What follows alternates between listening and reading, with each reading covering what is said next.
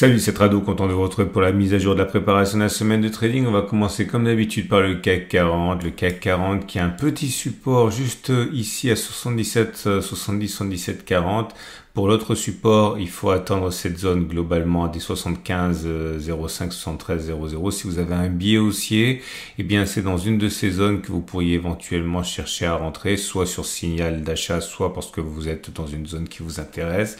Stop de protection en dessous de des plus bas qui ont précédé le signal haussier ou avec la méthode des ATR qu'on verra dans 2 minutes. Si vous avez un biais baissier par contre, j'imagine que beaucoup espèrent que l'on aille chercher les 92,70, 80,90 pour initier une position vendeuse parce que c'est une zone de résistance ici hebdomadaire et qui pourrait donner du fil à retordre aux acheteurs, donc 92,70, 80,90. Le sentiment client au moment où je parle, si on regarde les clients IG, il est plutôt vendeur. Alors il faut savoir que statistiquement, la majorité a généralement tort, il faut le garder à l'esprit. Ça, donc la majorité, 2 traders sur 3 sont plutôt vendeurs au moment où je parle. Et je vais vous montrer que maintenant comment on peut utiliser la méthode des ATR pour mettre un stop de protection. Donc on va prendre un exemple et on va imaginer que l'on achète à 77,50. Alors c'est un exemple donné à titre purement pédagogique. Alors on va dire que vous aimez la zone et que vous entrez à 77,50 et que vous voulez un stop à 2 ATR. Ou maintenant on va prendre un ATR parce que c'est une zone assez étroite. L'ATR il est au moment où je parle à 33. Ok, donc si vous achetez à 77,50 et que vous enlevez un ATR, donc on va prendre la calculatrice parce que moi je suis pas bon en calcul mental. 77,50 et on enlève, on a dit 33, c'est ça. Bon, pour le coup ça fait 77,17, ça c'est facile. Et c'est votre stop de protection, il est là. C'est-à-dire que si les cours descendent à 77,17, eh bien, il faut tout simplement envisager de sortir, de prendre votre perte. Donc, maintenant, on peut prendre un ATR, 2 ATR, 3 ATR. Ça dépend de la marge de manœuvre que vous voulez laisser à votre trade. Mais évidemment, plus le risque est important, plus vous laissez le cours descendre. Puis derrière, il faut avoir un objectif de hausse important pour que le jeu envahisse la chandelle. Maintenant, si vous voulez spéculer à la baisse, on va dire par exemple que vous attendez, que vous avez un signal ou même pas, que vous rentrez sur la zone des 82,00. Je vais le faire figurer ici, 82,00. Là. Et on va prendre un stop de protection, on va dire à 2 ATR ici, donc 82,00. On a vu que l'ATR était à 33, donc 33 à 33, ça fait 66, donc ça fait 82,66. 33 plus 33, c'est-à-dire si les cours arrivent à ce niveau-là, des 82,66, eh bien tout simplement, vous sortez de votre tête. Là aussi, vous pouvez prendre un ATR, 3 ATR, 1,5 ATR, c'est ce que vous voulez.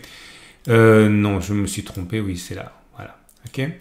Donc à partir de là, il reste plus qu'à passer à l'action. Il faut savoir que quand je parle de signal, que ce soit un signal acheteur ou un signal vendeur, pour ceux qui voudraient rentrer sur une sorte de confirmation, eh bien ça renvoie à toutes les vidéos que je fais pour IG tous les jours dans le format CAC 40 avec des signaux de type chandelier japonais, des signaux de type indicateur technique. N'hésitez pas à aller faire un tour et regarder ce qu'il y a si vous n'avez pas de signal préféré vous-même. Mais on peut également rentrer simplement sur zone, il faut le savoir, c'est pas interdit, mais même si c'est peut-être plus risqué au regard de ce que disent certains. On regarde les bougies Aiki-Nashi rapidement et ces bougies Aiki-Nashi montrent que c'est plutôt mitigé puisque ce sont des petites bougies. Elles sont rouges d'ailleurs. Bon, c'est pas très significatif parce que les marchés n'ont pas ouvert, mais au moment où je parle, la pression haussière n'est plus là. C'est une petite pression baissière qui est en place. On regarde maintenant le DAX 40, l'Allemagne 40. Pareil, on est dans une situation d'ascension avec un premier support assez proche à 19,300, 19,240.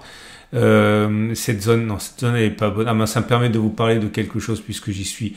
Vous savez, si vous allez rentrer et que vous allez trader, vous devez éventuellement penser à faire un tour sur l'onglet communauté de ma chaîne YouTube. Pourquoi? Parce que tout simplement, je mets des alertes et cette zone bleue là qu'on voit encore, regardez, c'est la zone que l'on voit ici, qui a été touché il y a 6 jours, ok, et j'avais émis justement une alerte dans l'onglet communauté de la chaîne YouTube. Pour arriver sur l'onglet communauté de ma chaîne YouTube, votre YouTube est YouTube et Tradosaur, ça vous amène ici. Hein. Donc vous allez pouvoir ensuite faire défiler. Et vous voyez, ça vous permettait de profiter de cette zone si vous aviez un biais haussier et si vous avez un signal haussier qui s'est présenté. Regardez, hein, c'était vraiment intéressant. C'était ici et depuis on a progressé de manière quand même très significative. Et ça, c'était possible encore une fois en saisissant l'alerte que j'avais mise dans l'onglet communauté de la chaîne YouTube. C'est gratuit, donc n'hésitez pas avant de trader à faire un tour, voir si on n'est pas sur une zone intéressante pour vous. Hein.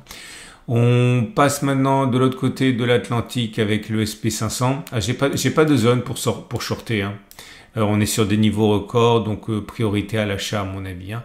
Si vous voulez shorter, il faudrait trouver d'autres choses. Alors, notamment, regardez, non pas le SP500, mais le Nasdaq, on le verra plus tard. Le SP500 également, on est sur des niveaux records. Donc, on peut shorter. Ça va forcément baisser à un moment ou à un autre, hein, mais c'est un peu dangereux parce que ce sont des supports qui sont, on va dire, un petit peu théoriques, pas des supports qui sont avérés puisqu'on est sur des niveaux records, je le répète. Par contre, 57,10, 56,70, c'est une zone de support. Si vous avez un biais haussier, vous pouvez acheter sur cette zone, sur signal, en mettant un stop de protection sous les plus bas qui ont précédé le signal ou alors avec la méthode des ATR. Autre solution, la zone des 53,00, 51,00 qui est une zone de support importante également. Vous voyez, on n'a pas de résistance au-dessus, donc c'est un peu risqué. L'US Texan, par contre, il y a une zone dessus de résistance. Ici, c'est 20,770, 2200. Si vous avez un biais baissier, c'est dans cette zone qu'éventuellement vous devez les saisir.